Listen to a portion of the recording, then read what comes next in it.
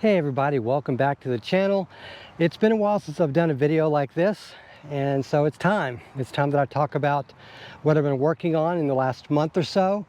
Mind you, as a weekend warrior that doesn't have a lot of time during the week like I used to earlier in the year, I haven't been able to practice what I want to do as much as I would like, but I want to break it down to you. Essentially, the one thing I've been working on to try to minimize wobble, and it's somewhat what I talked about in my recent video, my last video on the topic of wobble, which I'll link below in the description. But having completed the Scott Stokely method and wanting to fine-tune particularly any issue that I have that has to do with wobble, I reached out to Owen from Trebuchet Disc Golf, and I basically am using him to help me get past this issue that has been plaguing me with regard to wobble, particularly with the backhand, but eventually I'll turn more to the sidearm. But to summarize, what I dealt with in the past was, more than just the issue of curling or cocking the wrist. That wasn't enough to prevent me from doing wobble. The issue that I was having was my shoulder was rotating, my elbow was dropping, and so my disc would come up like this, essentially like this, during the throw, and that would create wobble. So what I've been doing is no disc and disc drills in the house, where I basically do this, and when I go out and play disc golf, I've been trying to make sure that I keep this on a flat plane. The problem that I've had when playing disc golf is that I can't reach back as far, because when I try to reach back really far to get that maximum extension, I impulsively drop the shoulder by rotating. I drop the elbow by rotating at the shoulder, bringing this up, and that has negative consequences, which I'm sure you're used to seeing by now. So, but with me not reaching back as far, I am not able to get full extension. I'm not able to get as much power or force onto the disc. Force is the more accurate term. So I'm now here at Northside Christian Church for the first time, trying this out. So I'm at the practice tee pad here. I'm just going to start throwing in that direction. I've got my 5 putters. All I'm going to do is sort of medium power throws just to get started. Okay, I'm just using putter throws. I'm going to try to throw something in the range of 150 feet, and hopefully you'll get to see what I'm doing.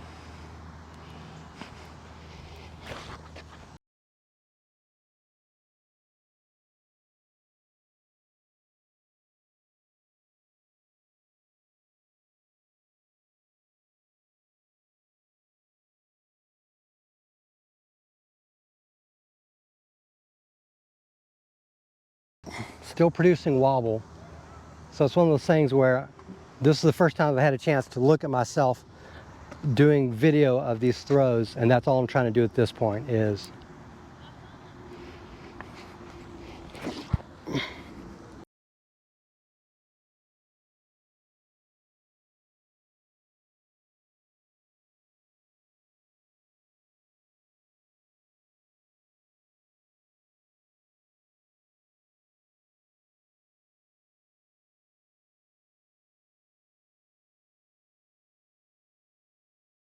it's straighter and flatter, and there's less of a S-curve in flight, but I'm still producing some wobble due to the way that I'm releasing it. So try again.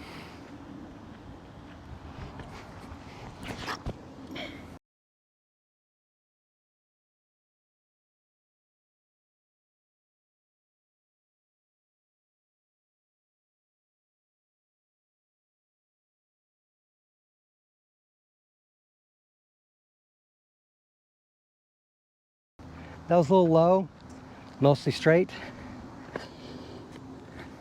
Try it again, another 150-foot throw.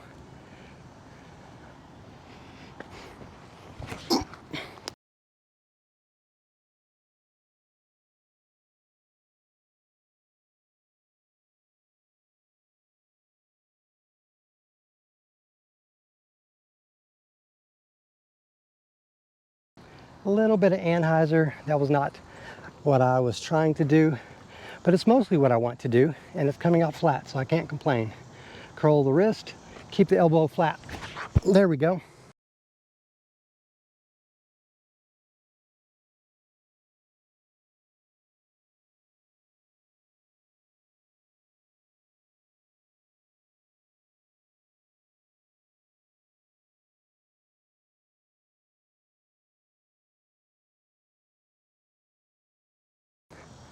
Okay, again, I'm pulling a little bit, but this gives me something to look at and work with. Okay, so I forgot to bring my rangefinder out there, but they're all around the same mark, I would guess in the 140 to 150 foot range. So the next set of throws, I'll go measure them and kind of get an idea of where I'm actually throwing. But I think I've got the power level, my personal power level dialed in. So now I just need to keep working on this form. So just a reminder, I'm focusing on keeping this wrist curled or cocked back, which is what you want. I don't mind if it extends when the arm extends, but it needs to, by the time it goes through the power pocket, this needs to be curled, and I just want a relatively flat release that's essentially flat. And I'm trying with the walk up because I'm trying to do the walk up as well. I need to get good at the walk up, better at the walk up.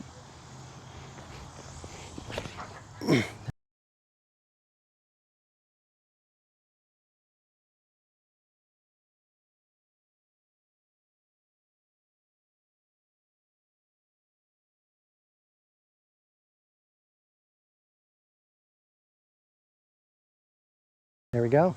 Flipped up just a tiny bit, but again, I will look at this in slow motion later and see to what extent I've successfully prevented. Not only that, with my shoulder rotating down, rotating to where the elbow drops down, I tend to bring the shoulder up. So I'm hoping that if I can keep this up, it'll keep the shoulder down as well. But that's like a tertiary concern. I think that'll correct itself in time.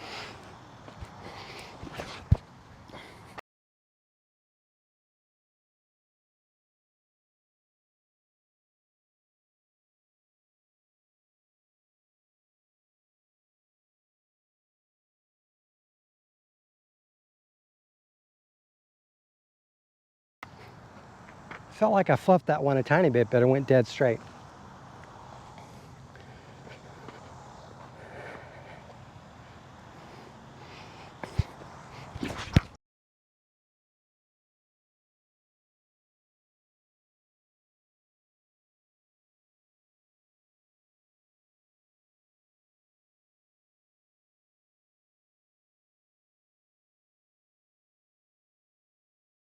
Ah, I released early because I rotated incorrectly, or I did something wrong there. Hopefully I learned from that mistake. I can't tell what I'm doing in post.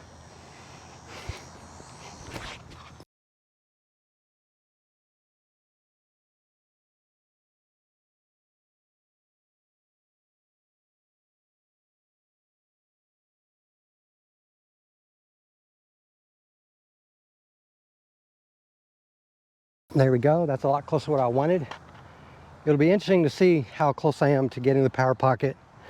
I want to essentially have this, something like this. By the time the disc is here, I want to essentially have the shoulders parallel to that.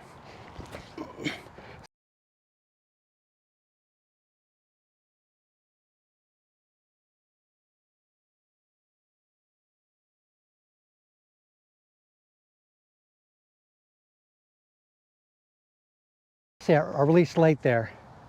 Even though I was intending to do that, I just pulled it straight on through, which is not what I wanted. Okay, using the bush now, I was between 142 and 164 feet. Actually, the grip lock that I did was 161, the one that I just did a standstill and threw too late because I over-rotated.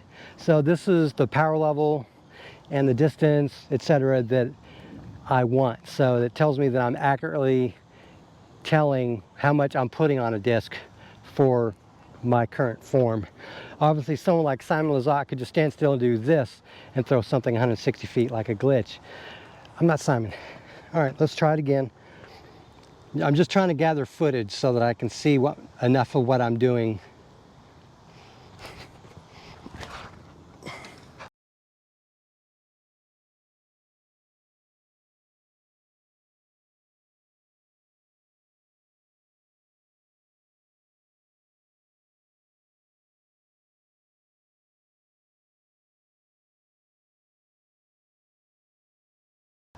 I like.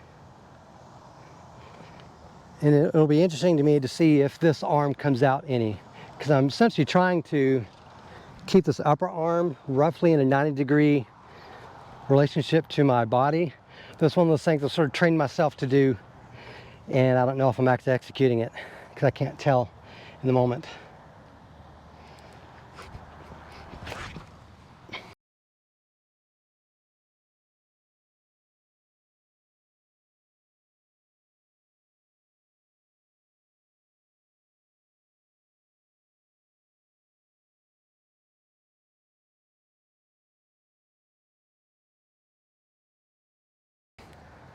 Slight hyzer, slight early release, but generally speaking, these throws are all relatively accurate to what I'm trying to do.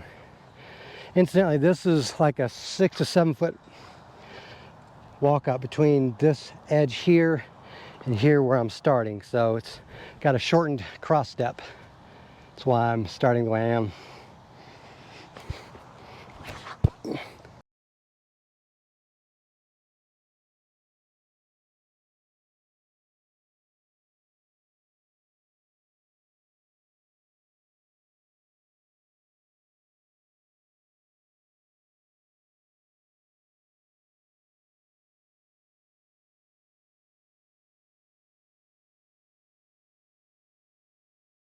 Put a tiny bit more on it, tiny extra height. I bet you that's close to 180, 190.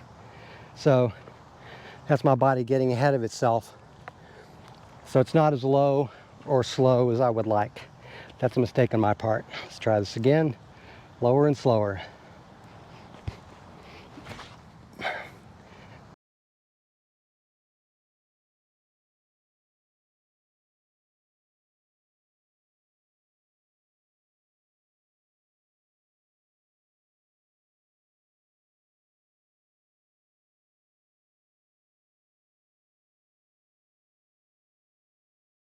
Everything was good except I early released because I didn't get the rotation right. So I guess I'm gonna have to get that in through repetition, but it's not too bad.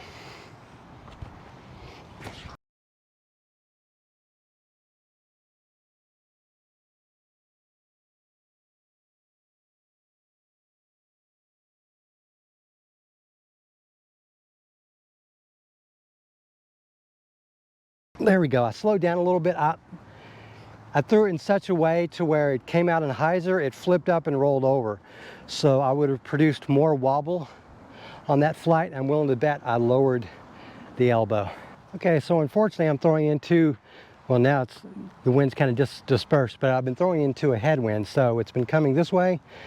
Sometimes it'll kind of stop and go that way, but it's mostly been coming this way. So that I think will influence things. Incidentally, the one that I put too much on, it was 204 feet from the cart, so gives you an idea where that one went. The rest were in the 160, 150 range or whatever, that kind of deal. Okay, let's nice and slow at the start. Let's just see what happens.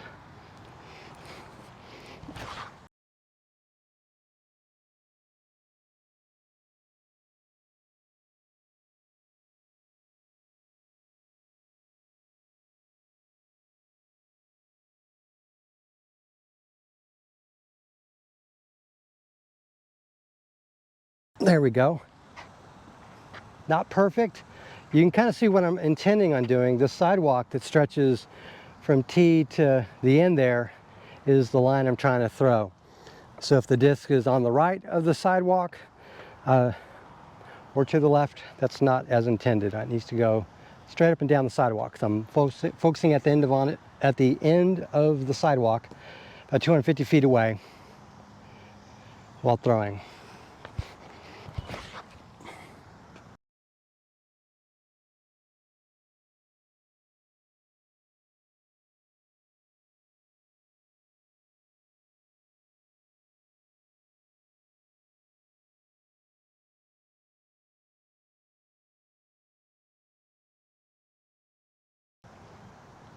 That one was parallel to the sidewalk the whole way, so slightly early release on that one. And ultimately, I'm not a machine. I'm just a human trying to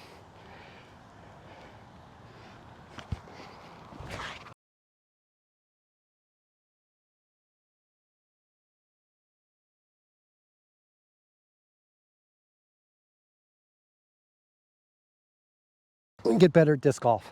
I know I introduced a little bit of wobble on that one because it flipped up and then flew straight. So the thing about wobble, the greater the amount of wobble, the greater amount of high-speed stability is decreased. So high-speed stability is that first part of the flight of the disc, where it travels at a certain revolutions per unit of time. And so that's basically what causes the disc to flip up faster is wobble. As you have gyroscopic forces on the disc stabilizing it in flight, the farther it goes, the less wobble, the less off-axis torque as everything smooths out. So that's why you see discs flip up easier in some cases.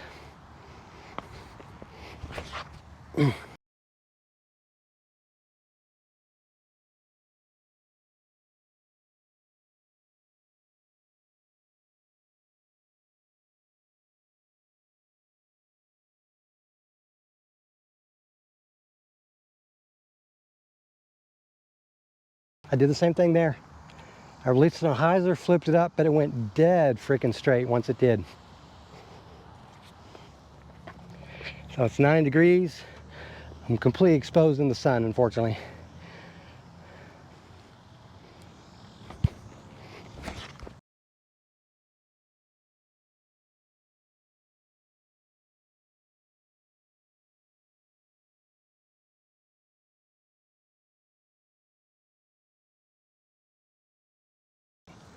Put way too much on it, and because of that, I over-rotated. But still, slide hyzer, flipped up, went to flat, and just carried that line that I threw, unfortunately, too late. Okay, unfortunately for me, the battery just overheated, so I have very limited time here. So I'm gonna go ahead and wrap up this video with the following. Two of the throws of interest from that last set, the one that I essentially, not necessarily grip locked, but threw with too much power and late, that went exactly 200 feet per Bushnell. And the one that I felt like I did the worst, but it went dead straight the entire way, that was exactly 160 feet. So I would consider that the optimal or perfect throw, even if I introduce some wobble. I'll finish up by saying this. I want to minimize wobble. I don't think it's possible for me to completely eliminate it. I started out with too many years of bad form, and I'm too old to sufficiently change very dramatically. So I'm going to do the best I can.